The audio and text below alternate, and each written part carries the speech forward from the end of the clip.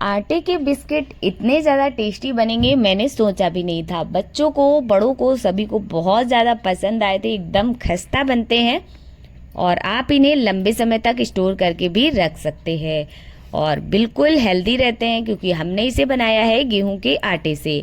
Market से जो आप लोग लेके आते हैं वो मैदे के रहते हैं, तो आप लोग भी बच्चों के लिए इस तरह से गेहूं के आटे के बिस्किट बना सकते हैं।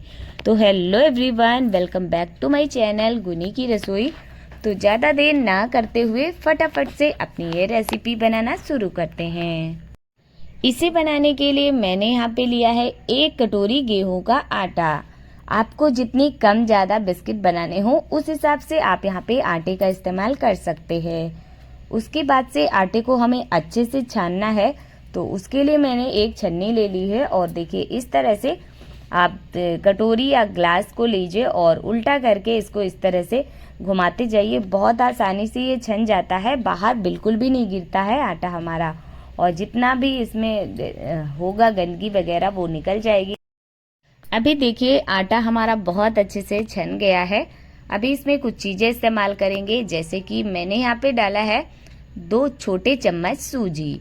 आप थोड़े और ज़्यादा सूजी का इस्तेमाल कर सकते हैं, लेकिन इतने से ही ये बहुत ज़्यादा, थोड़ा सा इसको क्रंची बनाना है ऊपर से, तो इसलिए इसमें सूजी डालना बहुत ज़रूरी है। आप यहाँ पे 1 चम्मच बेसन का भी इस्तेमाल कर सकते हैं, जिससे कि ये थोड़े से सौंधे से बनते हैं, लेकिन मैंने बेसन नहीं इस्तेमाल किया है, केवल आटे और सूजी से बनाया है। उसके बाद मैंने यहाँ पे थोड़ा सा 1/4 छोटा चम्मच नमक डाला है। नमक डालने से बिस्किट में जो मिठास रहती है उसको ये बैलेंस करता है, तो अच्छा टेस्ट आता है। तो थोड़ा सा नमक ज़रूर से इसमें इस्तेमाल कीजिए और नमक डाल के अच्छे से इसको मिक्स कर लेंगे। उसके बाद मोयन के लिए आपको यहाँ पे घी लेना है, तो घी मैंने 2 चम्मच डाला है। आपको भी इसी तरह से घी का इस्तेमाल ही कीजिए, तो आपके बिस्किट ज़्यादा टेस्टी बनेंगे। वैसे रिफाइंड ऑयल से भी ये बन जाते हैं, लेकिन घी वाले ज़्यादा टेस्टी लगते हैं। तो देखिए मैंने 2 चम्मच घी के बाद इस तरह से डालने के बाद आपको मोयन को बहुत अच्छे से मसल के आटे में लगा लेना है। जितना अच्छे से आपका मोयन लगा होगा उतने ही आपके बिस्किट एकदम खस्ता बन के तैयार होंगे। देखिए इस तरह से बिल्कुल अच्छे से मसलना है ताकि पूरे आटे में बढ़िया अच्छे से मोयन लग जाए। और देखिए इसको बाइंड करेंगे मोयन लगाने के बाद, तो ये आटा हमारा बाइंड हो रहा है। ये देखिए इस तरह से बंधना चाहिए, तब ये आप समझ जाइए कि आपका मोयन बिल्कुल परफेक्ट लगा हुआ है। अगर आप ज़्यादा बिस्किट बना रहे हैं या फिर कम बिस्किट बना रहे हैं तो मोयन आपको इतना ही लेना है कि आप इस तरह से मसलने के बाद से बाइंड करके देख लीजिए। अगर वो बन रहा है तो आप समझ जाइए कि मोयन आपका बढ़िया से लग गया है। तो आपको इसी तरह से लगा लेना है जितना भी आपने आटा लिया है। उसके बाद मैंने यहाँ पे सूखा नारियल ग्रेट करके थोड़ा सा डाल दिया है। आपके पास डेसिकेटेड कोकोनट है तो आप उसे भी यहाँ पे इस्तेमाल कर सकते हैं। थोड़े से काजू पिस्ता वगैरह भी बिल्कुल बारीक ग्रेट करके इसमें डाल सकते हैं, इससे बढ़िया सा टेस्ट आता है। और मिठास के लिए मैंने आज यहाँ पे गुड़ से इसे बनाया है और यकीन मानिए बहुत ज़्यादा हेल्दी और टेस्टी बन के तैयार हुए थे। तो देखिए 1 कटोरी मैंने आटा लिया था, आधा कटोरी गुड़ लिया है और गुड़ में अभी थोड़ी देर के लिए पानी डाल के रख देंगे ताकि बढ़िया से ये अच्छे से गुड़ हमारा फूल जाए और हम इसका इस्तेमाल इसमें कर सकें। तो गुड़ में पानी बहुत ज़्यादा आपको नहीं डालना है और इसे भिगो के हमें 5 से 6 मिनट के लिए छोड़ देना है। आराम से गुड़ अच्छे से फूल जाएगा, ताकि हम इसे अच्छे से मिक्स करेंगे। और मिक्स करने के बाद इसमें आप डाल सकते हैं। अगर आप गुड़ का इस्तेमाल नहीं करना चाहते हैं, चीनी डालना चाहते हैं, तो आप यहाँ पे इतना ही आपको लेना है, जितना आटा लेना है उसका आधा चीनी लेनी है। अगर आप बहुत ज़्यादा मीठा बहुत कम खाते हैं ना, तो आप थोड़ी सी कम चीनी ले सकते हैं, लेकिन बिस्किट थोड़े से मीठे ही अच्छे लगते हैं। तो आधी कटोरी चीनी 1 कटोरी आटे के लिए बिल्कुल परफेक्ट है, लेकिन मैंने यहाँ पे गुड़ का इस्तेमाल किया है। तो गुड़ देखिए अच्छे से हमने घोल लिया है। अभी एक छन्नी लेंगे इस तरह से और छन्नी के साथ ही हमें गुड़ वाले पानी को छानना है, ताकि इसमें जो भी गंदा रहेगा वो निकल जाएगा। गुड़ में रहता है ना काफ़ी, तो वो अब अच्छे से निकल जाएगा। अभी थोड़ा थोड़ा करके इसमें गुड़ वाला पानी डालना है और जितना इसमें पानी लगे आराम से डाल दीजिए। और पानी आपको गुड़ में थोड़ा कम ही डालना है, ताकि पूरा गुड़ जितना हमने लिया था वो सारा इसमें लग जाए। और बढ़िया अच्छे से इसको मसलते हुए इसका आटा हमें लगा लेना है। बहुत ज़्यादा गीला नहीं रखना है और बहुत ज़्यादा इसका आटा हमें गाढ़ा भी नहीं करना है। देखिए मीडियम रहना चाहिए, मीडियम सॉफ्ट इसका हमें डो लगा के तैयार कर लेना है। तो यहाँ पे आप लोग देख सकते हैं कि आटा हमारा अच्छे से लग गया है, लेकिन यहाँ पे थोड़ी सी चीनी डाल देंगे। 3 से 4 छोटे चम्मच यहाँ पे मैंने चीनी का इस्तेमाल किया है। आप इसे आटा लगाने से पहले यानी मोयन के बाद इसमें चीनी, साबुत चीनी मतलब आपको पिसी हुई चीनी यहाँ पे नहीं डालनी है। इसके क्रिस्टल जब आते हैं ना खाने में तो बहुत ज़्यादा अच्छे लगते हैं, तो थोड़ी सी ही मैंने यहाँ पे चीनी का इस्तेमाल किया है। खाने वाले चम्मच से 3 से 4 चम्मच होगी। और अच्छे से मिक्स करने के बाद इसे मैंने छोड़ दिया था 5 से 6 मिनट के लिए रेस्ट के लिए। और देखिए आटा हमारा बढ़िया अच्छे से सेट हो गया है बिस्किट वाला। अभी आप अपने मनपसंद शेप में इसे बना सकते हैं। वैसे ये वाला शेप अच्छा लगता है बिस्किट की तरह। इस तरह से आप इसे चाकू से भी काट सकते हैं या फिर इस तरह से जैसे मैंने बनाया है इस तरह से आप बना सकते हैं। छोटी छोटी लोइयाँ तोड़ दीजिए, बहुत बड़े नहीं बनाने हैं और बहुत मोटे नहीं रखने हैं, ताकि हाँ ऐसा रखना है ताकि ये बढ़िया अच्छे से अगर आप बेक कर रहे हो तो ये बेक हो जाए।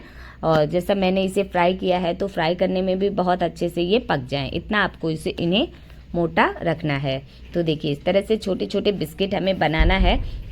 हाथ से आपको दोनों हथेलियों के बीच में इस तरह से गोल कर लेना है और हल्का सा फ्लैट कर लेना है बीच से, ताकि बढ़िया से ये बिस्किट की तरह शेप आ जाए और बहुत अच्छे से ये बन के तैयार हो जाएं। तो देखिए मैंने एक बना लिया है, इसी तरह से दूसरा भी बना लेना है। और जितने भी बिस्किट हैं सारे हमने इसी तरीके से बना के तैयार कर लिए हैं।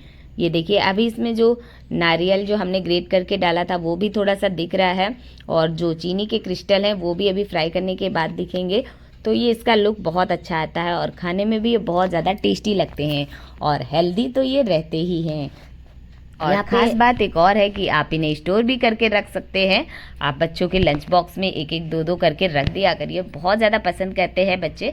तो आप लोगों ने अगर इसे नहीं ट्राई किया है तो मेरे कहने से एक बार ज़रूर बना के देखना, बच्चों को बड़ों को सभी को बहुत ज़्यादा पसंद आएंगी।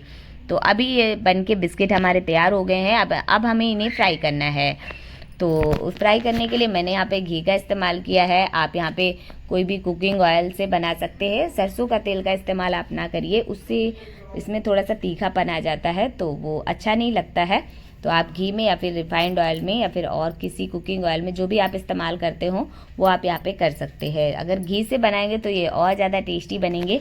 तो मैंने घी ही लिया है। और देखिए इस तरह से एक एक बिस्किट आपको जितने एक बार में आसानी से आ जाए कढ़ाई में डाल देना है। और हाँ, अगर आप लोगों को हमारी रेसिपी ज़रा सा भी पसंद आ रही है तो प्लीज़ वीडियो को एक लाइक, और अगर हमारे चैनल पे नए हैं तो प्लीज़ सब्सक्राइब जरूर से कर लीजिए। तो देखिए अभी इनको बिल्कुल भी छेड़ना नहीं है, इसी तरह से आराम से थोड़ी देर पकने देना है। और थोड़ी देर बाद 1 से 2 मिनट बाद आपको इस तरह से इन्हें थोड़ा थोड़ा करके पलट के देखते जाना है, ताकि ये बढ़िया से पक रहे हैं या नहीं। आपको इन्हें मीडियम टू लो फ्लेम पे ही पकाना है, क्योंकि बिस्किट हमारे काफ़ी मोटे हैं। तो लो फ्लेम पे पकाएंगे तो ये अंदर तक एकदम क्रिस्प हो जाएंगे, बहुत अच्छे से पक जाएंगे।